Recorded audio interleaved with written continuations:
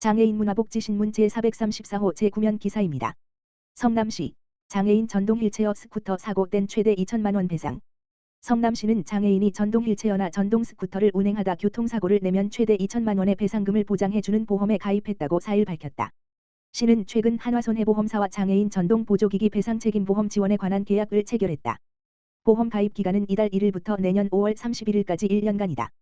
성남시에 주소를 둔 등록장애인 현재 기준 35,840명, 이면 별도 절차 없이 자동으로 보험에 가입돼 사고 때 피보험자로서 혜택을 받는다. 보험금은 전동보조기기 운행 중 보행자나 자동차 등 제3자에게 대인 대물 등 피해를 주는 사고를 냈을 때 배상 책임분으로 지급된다. 보장 금액은 사고당 2천만 원 한도이며 지난해 5만 원이던 자기부담금은 3만 원으로 줄였다. 청구 횟수에 제한 없이 보험 지원을 받을 수 있다. 단, 피보험자 본인의 피해에 대한 보상은 제외한다. 보험 청구는 휠체어코리아.com 전화, 가만 전화기 지역번호 02-2038-0828 또는 홈페이지 https://wheelchaircourier.com/로 하면 된다. 청구 기간은 사고일로부터 3년 이내다.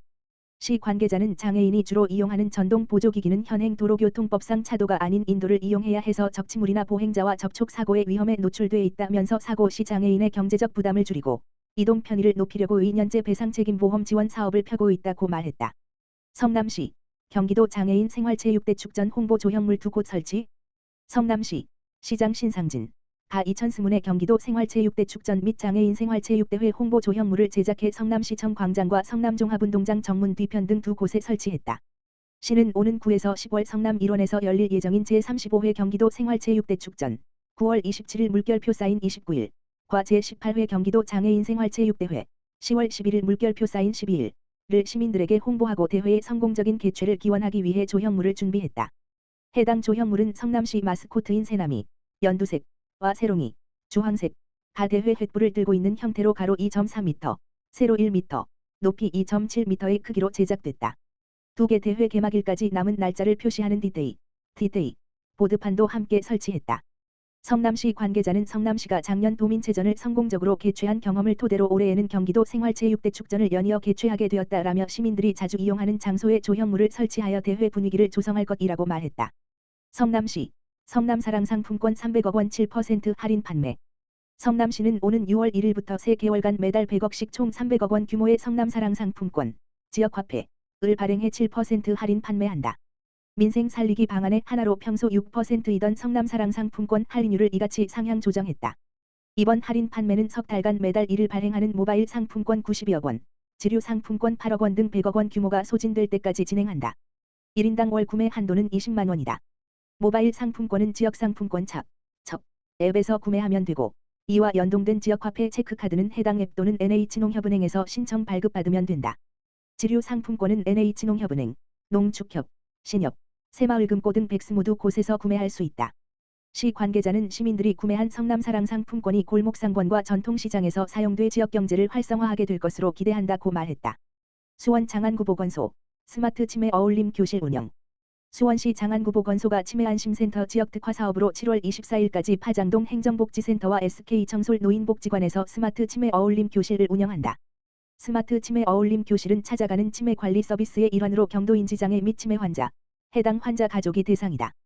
교육은 치매 환자와 환자 가족을 각각 따로 분리해 진행한다. 치매 환자에게는 스마트 기기를 활용해 인지 강화 훈련을 실시하고 환자 가족은 돌봄 방법, 치매 이해 등을 알려준다.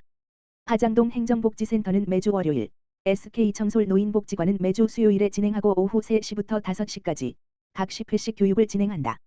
수원시 관계자는 이번 프로그램 교육으로 치매 환자 관리 방법과 인지기능 유지 방법을 교육함으로써 환자 가족들의 돌봄 부담을 경감하는 데 도움을 줄 수 있을 것으로 기대한다고 말했다.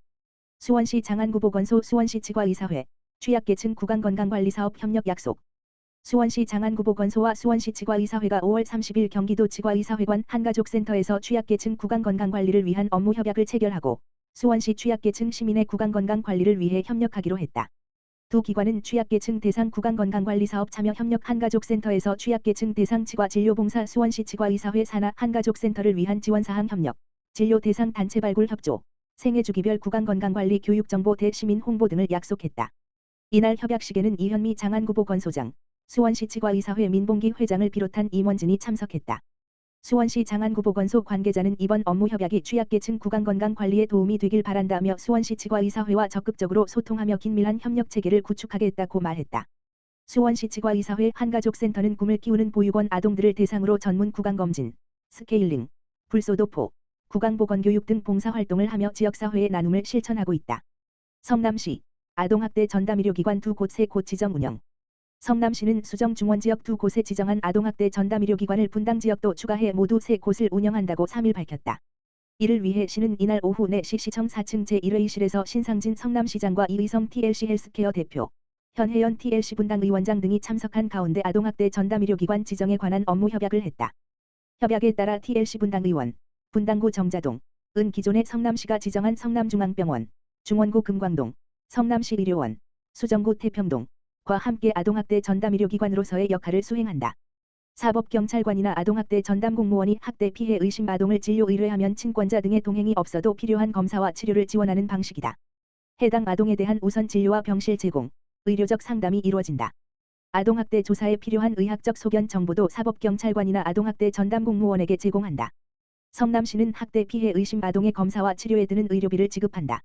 신상진 시장은 성남시는 아동학대 전담공무원 8명, 이 신고 현장 조사로 아동학대 사례 판단을 내리기 전에 대상자의 50만 원 한도에서 생필품, 긴급 의료비, 심리상담 등을 선제 지원한다면서 이와 함께 학대 피해 아동이 신속한 치료를 받을 수 있도록 많은 도움을 달라고 말했다.